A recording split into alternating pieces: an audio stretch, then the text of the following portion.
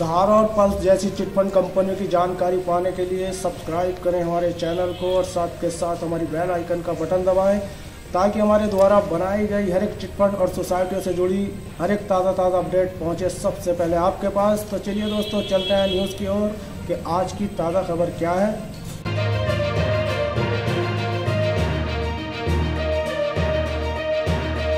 Papers से बड़ी मुश्किलें रांची 5 सितंबर 2020 पाए।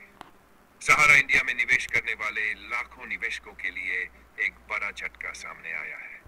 झारखंड समेत कई राज्यों से शिकायतें आ रही हैं कि सहारा इंडिया ने जिन निवेशकों को बॉन्ड पेपर्स दिए थे उनमें से बड़ी संख्या नकली साबित हो रही है।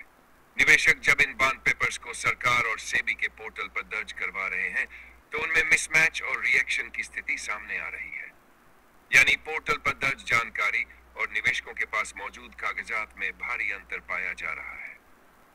निवेशकों का आरोप है कि सहारा इंडिया ने वर्षों तक उन्हें फर्जी दस्तावेज थमाए और उनके खून पसीने की कमाई को बर्बाद कर दिया। रांची, बोकारो, धनबाद और जमशेदपुर से बड़ी संख्या में निवेशकों ने यह शिकायत दर्ज कराई है कि जब उन्होंने अपने बॉन्ड पेपर्स को पोर्टल पर अपलोड किया तो सिस्टम ने उन्हें रिजेक्ट कर दिया।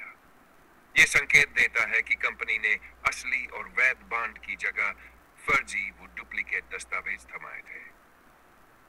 बड़े स्तर पर खुलासा होने की संभावना। सूत्रों के अनुसार जांच एजेंसियों को इस मामले में बड़े स्तर पर खुलासे की संभावना दिख रही है। यह आशंका जताई जा रही है कि झारखंड ही नहीं बल्कि बिहार, उत्तर प्रदेश और छत्तीसगढ़ में भी सहारा इंडिया ने निवेशकों को धोखाधड़ी से नकली बॉन्ड दिए हैं। इससे करोड़ों रुपए के घोटाले का अंदेशा है। जांच अधिकारियों ने बताया कि अब तक मिले दस्तावेजों की पड़ताल में कई जगह हस्ताक्षर, मुहर और सीरियल नंबर मेल नहीं खा रहे। यही कारण है कि पोर्टल पर अपलोड होते ही ये पेपर्स अमान्य करार दिए जा रहे हैं। विशेषज्ञों का मानना है कि यह एक सुनियोजित धोखाधड़ी का हिस्सा हो सकता है, जिसमें वर्षों से निवेशकों को गुमराह कर उनके पैसे का दुरुपयोग किया गया। निवेशकों का गुस्सा और सरकार से गुहार। पीड़ित निवेशकों ने सरकार और सेबी से गुहार लगाई है कि उनकी शिकायतों की गंभीरता से जांच की जाए और दोषियों पर सख्त कार्रवाई हो। कई निवेशक संगठनों ने कहा है कि अगर इस मामले पर तुरंत कार्रवाई नहीं हुई तो वे सड़क पर उतरकर आंदोलन करेंगे।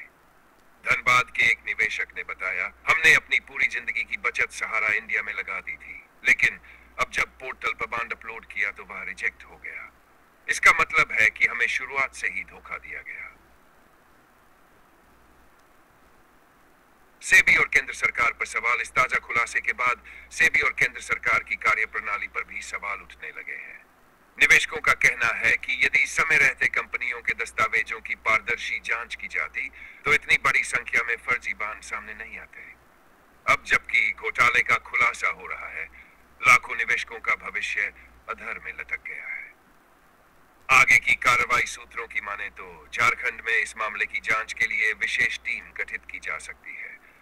साथ ही केंद्र स्तर पर भी सेबी और वित्त मंत्रालय इस घोटाले की तह तक जाने की तैयारी में है।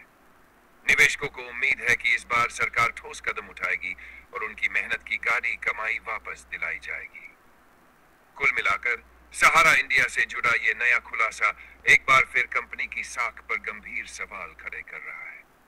नकली बॉन्ड पेपर्स के सामने आने से न केवल निवेशकों का विश्वास टूटा है, बल्कि अब यह मामला देश का एक बड़ा वित्तीय घोटाला साबित हो सकता है।